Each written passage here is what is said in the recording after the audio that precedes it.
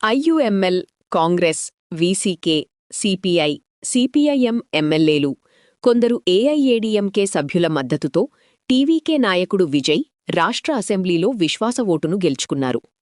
ముఖ్యమంత్రి C. Joseph Vijay తన కూటమి భాగస్వాములు ప్రత్యర్థి పార్టీలైన ఏఐఏడీఎంకే, డీఎంకే, ఎన్టీకే వ్యవస్థాపకుడు సీమాన్లతో పలు సమావేశాలు నిర్వహించిన ఒకరోజు తర్వాత ఈ బలపరీక్ష జరిగింది.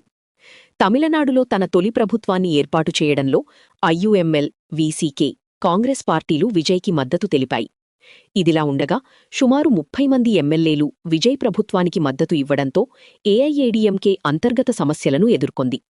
పార్టీ ఎన్నికలలో పేలవమైన పనితీరు కనబరిచిన తర్వాత ఏఐఏడీఎంకే అధినేత ఎడప్పాడి కె. పళనిస్వామి డీఎంకేతో చేతులు కలపడానికి ప్రయత్నిస్తున్నారని సీనియర్ నాయకులు ఎస్పీ వేలుమణి, సివి షణ్ముగం ఆరోపించారు.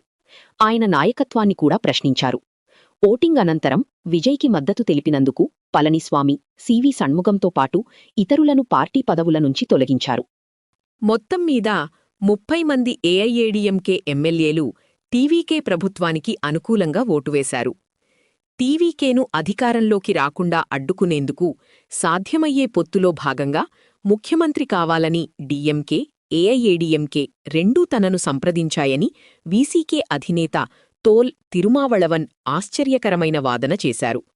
తాను ఆ ప్రతిపాదనను తిరస్కరించినట్లు ఆయన తెలిపారు.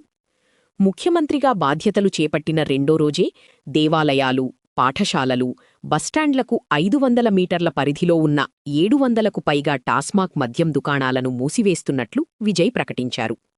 అయితే తన జ్యోతిష్కుడైన రాధన్ పండిట్ వెట్రివేల్ను ముఖ్యమంత్రికి ప్రత్యేక అధికారిగా నియమించినందుకు ఆయన విమర్శలను కూడా ఎదుర్కొన్నారు.